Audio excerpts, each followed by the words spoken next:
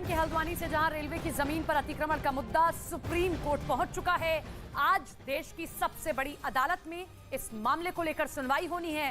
पूरे देश की नजरें सुप्रीम कोर्ट के फैसले पर टिकी हुई हैं। सोमवार को सुप्रीम कोर्ट में 11 लोगों ने याचिका दाखिल की थी।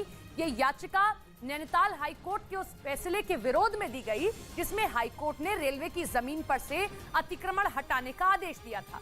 नैनीताल हाईकोर्ट ने 20 दिसंबर को हल्द्वानी के बनभूलपुरा में 29 एकड़ रेलवे भूमि से अतिक्रमण हटाने का आदेश दिया था और जमीन खाली कराने के लिए 1 हफ्ते का नोटिस दिया गया था।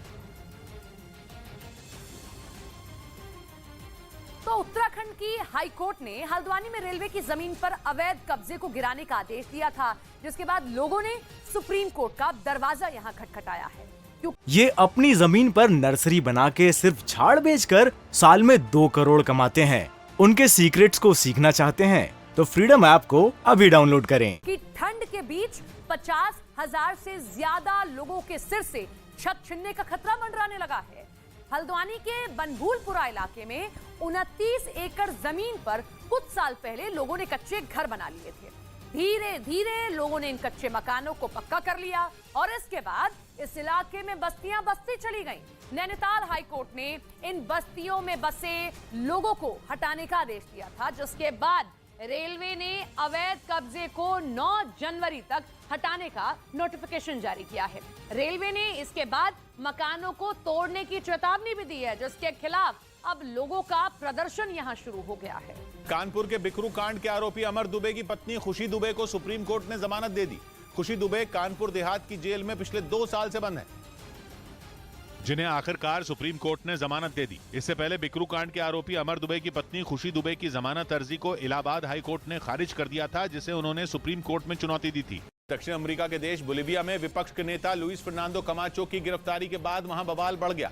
कमाचो के समर्थकों ने सांता क्रूज में जमकर हंगामा किया और वो सड़क पर उतरकर पुलिस वालों से ही भिड़ गए, जिसके बाद हालात ऐसे बन गए कि पुलिस को उन्हें काबू में करने के लिए आंसू गैस के गोले दागने पड़े। लेकिन इसके बाद तो लुइस फर्नांडो कमाचो के समर्थक और ज्यादा उग्र हो गए। उन्होंने भी पुलिस वालों पर अलग अलग तरह के पटाखे छोड़ दिए।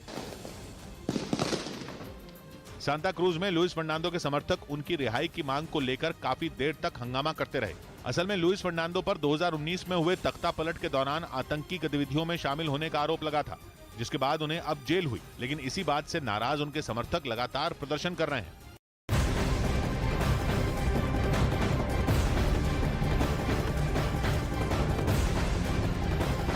बड़ी खबर आपको बता दें, कंजावला केस से जुड़ी ये बड़ी खबर, जहां पर लाई डिटेक्टर टेस्ट हो सकता है।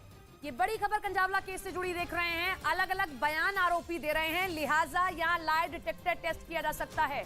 तो ये बड़ी खबर कंजावला केस से जुड़ी हुई, क्योंकि आरोपी लगातार अपने बयान बदल रहे हैं, लिहाजा अब उनका लाई डिटेक्टर टेस्ट भी किया जा सकता है। तो 5 आरोपी जब पूछताछ में अपने बयान बदल रहे हैं, तो ऐसे में अब उनका लाई डिटेक्टर टेस्ट किया जा सकता है ताकि सच पता लगाया जा सके।